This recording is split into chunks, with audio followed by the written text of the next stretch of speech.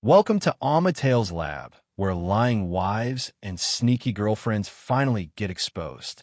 From girls' trips that never happened to coworkers who are a little too friendly, we break down every red flag, messy receipt, and suspicious text with humor, shock, and just a little bit of petty.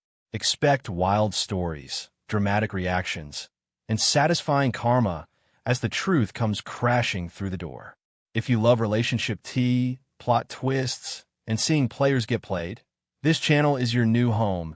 Every single chaotic, jaw-dropping, binge-worthy episode. Hit subscribe and never miss a fresh dose of exposed cheating. Don't forget to check our previous stories. Let's get into it.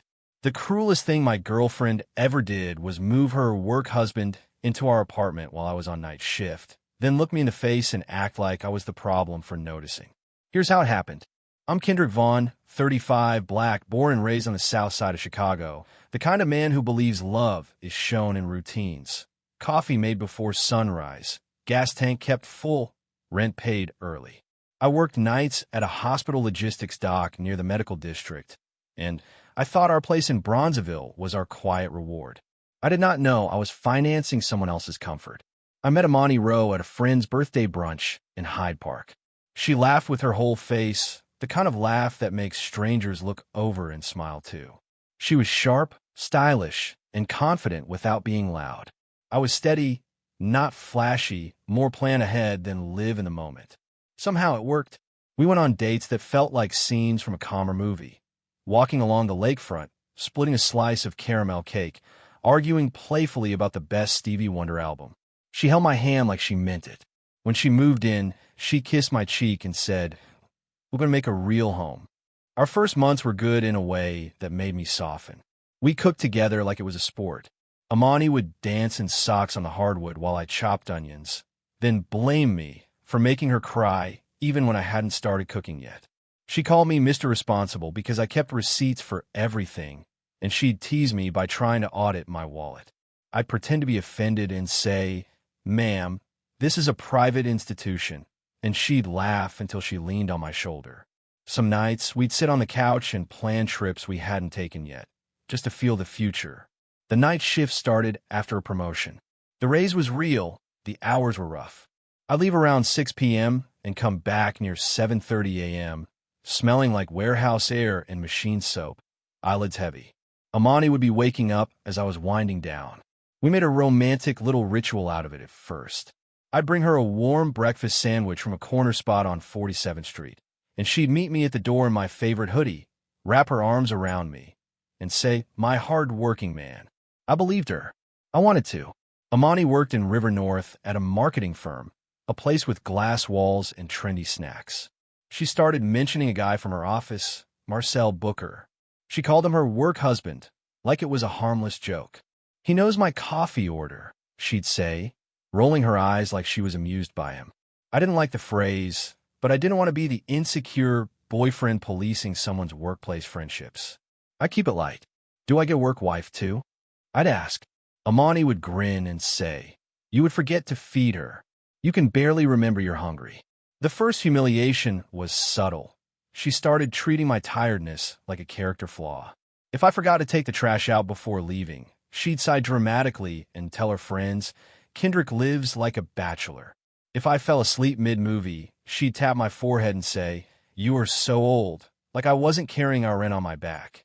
Once at a friend's cookout in Chatham, she joked that I worked nights because it's the only time he can be useful. People laughed. I smiled too, because I didn't want to make a scene. Later, she called me sensitive for not liking it. Still, there were sweet moments that made me stay hopeful. On my off nights, I'd take Amani on dates that matched her taste. Little jazz spots downtown, dessert cafes, a rooftop dinner where the city lights made her eyes look even brighter. One night, she wore a satin dress, and I told her she looked like a movie premiere.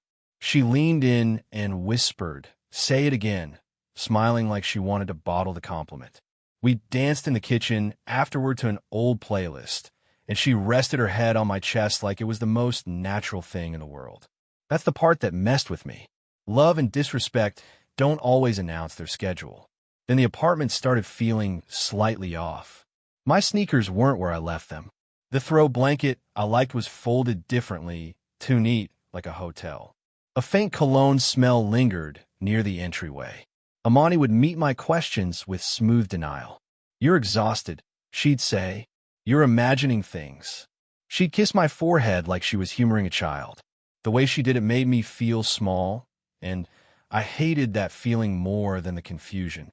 I go take a shower, look at myself in the mirror, and wonder when I started doubting my own eyes. The second humiliation was more direct. I came home one morning and found a second toothbrush in the bathroom cup.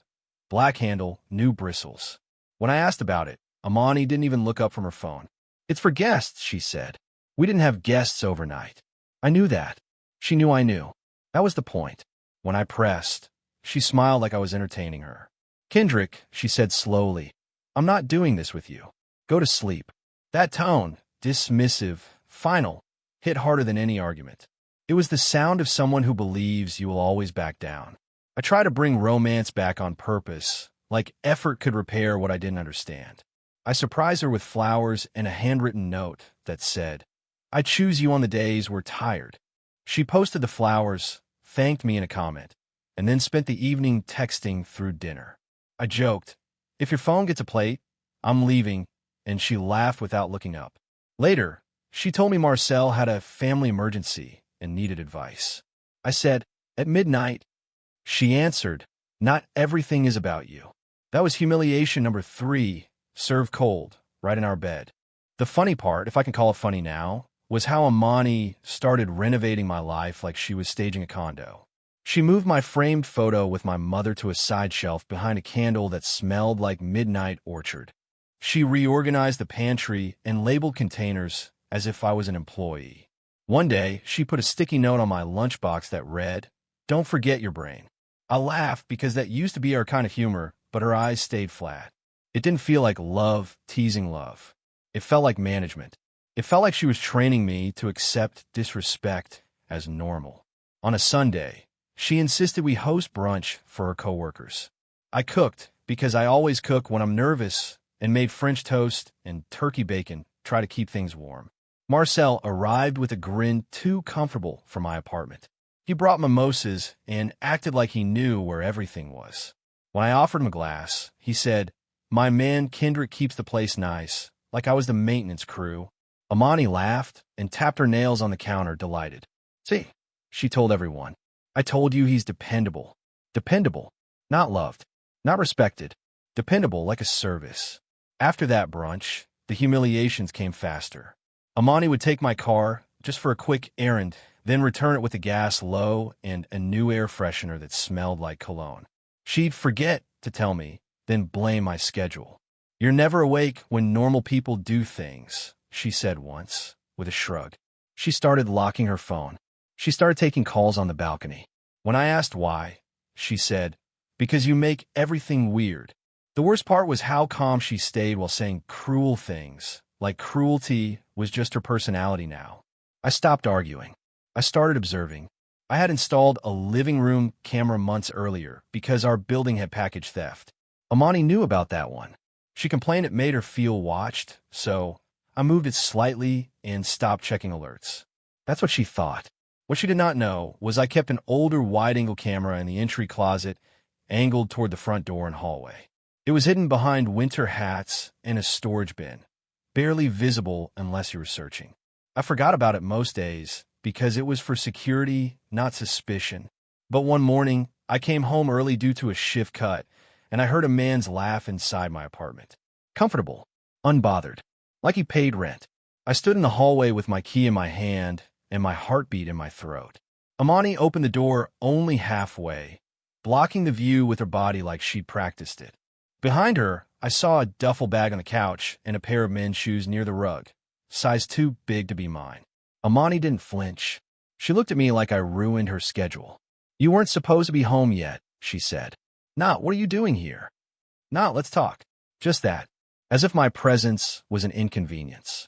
The humiliation of that sentence lodged in my chest and stayed there. I didn't explode. I didn't shout.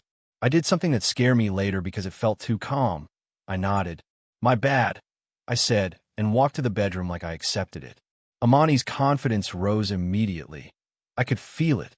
That's when I knew she had been feeding on my restraint. In the bedroom, I sat on the edge of the bed, pulled out my phone, and opened the camera app. My hands didn't shake.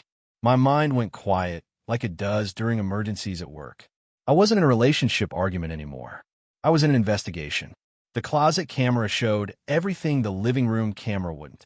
There was Amani opening the door at 9:17 p.m., hair wrapped, sweatshirt on, glancing down the hallway like she was checking for witnesses. Marcel walked up with a suitcase, an actual suitcase, not an overnight bag, and she kissed him like it was routine. They carried grocery bags in the next clip, then laundry, then a set of bed sheets. In another clip, Amani took my spare key off the hook, slid it into an envelope, and handed it to him in the hallway. She wasn't sneaking a visit. She was assigning access. That realization didn't make me angry at first. It made me feel embarrassed for staying loyal to a story that wasn't real. I saved the clips, exported timestamps, and labeled each file like evidence. Date, time, entry, items carried. It was almost funny how my work habits took over, because part of me wanted to laugh at the absurdity.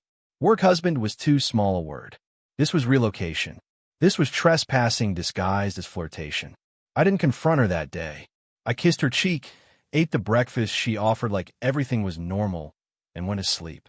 It sounded pathetic, but it wasn't. It was strategy. The best consequence is the one that lands clean, without a mess you have to explain. The romantic part of me still tried one last time, which hurts to admit. On my next off day, I took Amani to a nice dinner in the West Loop. She wore a gold necklace I gave her for our anniversary and held my hand across the table for exactly 3 minutes. Long enough for the server to notice. Then her phone lit up and her eyes softened in a way I hadn't seen from me in weeks. I made a joke to keep from sinking. "Tell your other husband I said hello," I said lightly. She smiled without warmth and replied, "Don't be dramatic." I looked at her, really looked, and felt something in me detach. Romance needs respect to breathe. I built my plan quietly. First, I switched my direct deposit to a new account. Next, I froze the shared credit card I used for groceries and streaming subscriptions. I photographed my valuables, scanned my important documents, and moved sentimental items, my mother's photo, my grandfather's watch, into a small storage locker near my job. I reviewed our lease and highlighted the occupancy clause. Unauthorized residents were grounds for formal action. I emailed building management with calm language and one still image showing repeated overnight entries with luggage. I didn't ask them to pick sides. I asked them to enforce policy. Karma starts with paperwork when you respect yourself. The funny twist came when Amani realized I wasn't funding the apartment the same way and tried to play it off like a budgeting challenge. She suggested we do a no-spend week, smiling like she invented discipline. I said, "Great idea," and watched her confidence wobble. That night, she ordered food delivery anyway and stared at her phone when payment failed. "Did your card get hacked?" she asked, eyes wide like innocence. I shrugged. "Maybe. Call the bank," I said. She huffed and paid with her own card, irritated. It wasn't dramatic, but it was satisfying. Every humiliation she served me came with a matching consequence. Discomfort, not sympathy. Reality, not debate. 2 days later, building management posted a notice on our door. Unauthorized occupant, lease violation, compliance required within 48 hours. Amani called me at work, furious, not sorry. "You did this?" she snapped. "You're trying to embarrass me." I kept my voice even. "No," I said. "You embarrassed you.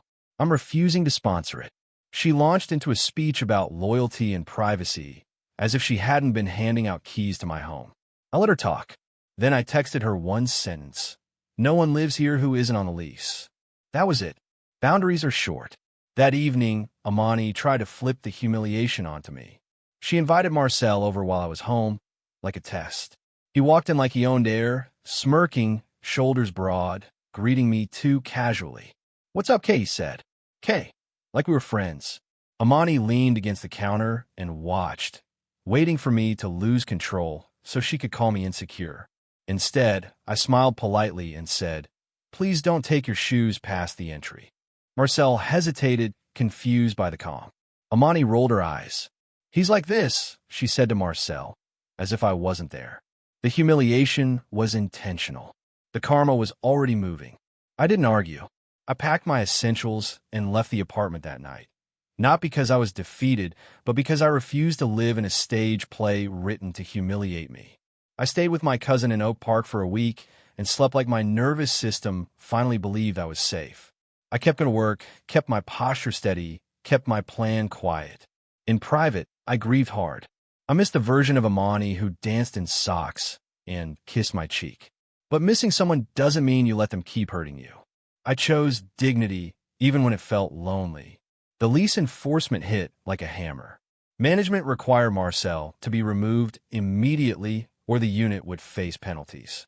Amani tried to claim he was just visiting, but the timestamps and luggage said otherwise. They didn't argue with her feelings. They cited policy. Marcel, suddenly less confident, stopped smirking. He didn't want his name tied to a lease violation. The karma for my humiliation at brunch was watching him shrink the moment consequences appeared. He liked the apartment when it was free. He didn't like it when it came with accountability. Amani, still not remorseful, blamed me for ruining her peace, as if my home was a playground. And the financial consequences piled up, brutally and cleanly. Without my money covering the soft parts of Amani's lifestyle, subscriptions, groceries, extra ride shares, she got sharp and frantic. She started calling me during my shifts, leaving angry voicemails accusing me of betrayal, like she hadn't been betraying me nightly. When I didn't respond, she tried sweetness. "We can talk like adults," she said in a message, attaching a heart emoji that felt like a threat. I didn't fall for it. The romance she tried to revive was not love. It was panic. Karma isn't always loud. Sometimes it's simply losing access to the person you used. Amani thought she could escape consequences at work by keeping the story cute. But Marcel had been using company parking access after hours to come and go, and a complaint surfaced. Nothing heroic, nothing viral, just normal corporate liability concerns. HR asked questions. They don't care about work-husband jokes when keys, addresses, and after-hours patterns are involved. Marcel tried to distance himself fast, and that was karma for every smug look he gave me. Amani tried to spin it as jealousy. It didn't work. People who pay attention can tell the difference between a rumor and a timeline. I had a timeline. The final humiliation attempt came when Amani asked to meet and talk at a cafe near Millennium Park. I agreed, not out of hope, but to close the chapter cleanly. She showed up dressed like our best days, perfume familiar, smile rehearsed. For a moment, it almost worked. Then she said, "You owe me at least a real conversation after everything I put into us." Not, "I'm sorry." Not, "I was wrong." She still framed herself as the victim. I nodded and slid a printed copy of the lease clause across the table. "This is the conversation," I said. Her smile cracked. Karma doesn't negotiate. I moved into a smaller place near Hyde Park, quiet and bright, and I did not announce it to anyone who didn't need to know. I took an extra certification course, accepted a better role, and raised my income without posting a single celebration. My wins were private, sleeping through the night, eating dinner at normal hours, laughing again without checking my phone for dread. I went on a few dates later, slowly, and learned what it felt like to be treated with simple respect. The romance I thought I lost wasn't gone. It was just misplaced. The real romance returned when I started choosing myself. Amani texted me weeks later, still angry, still not remorseful. "You really let them put me out," she wrote, as if consequences were something I controlled like a switch. I stared at the message and felt nothing but clarity. I replied once, "I didn't put you out. You moved him in." I stopped holding the door open. Then I blocked her. No speeches, no revenge performance. Just the quiet satisfaction of knowing every humiliation she tried to hand me came back to her in a form she couldn't charm her way out of. Policies, budgets, and boundaries. My life got smaller on purpose, and that's why I got better. If you enjoyed the story, please like, comment, and share this video with your friends. Subscribe and turn on the notification bell so you never miss a powerful story drop.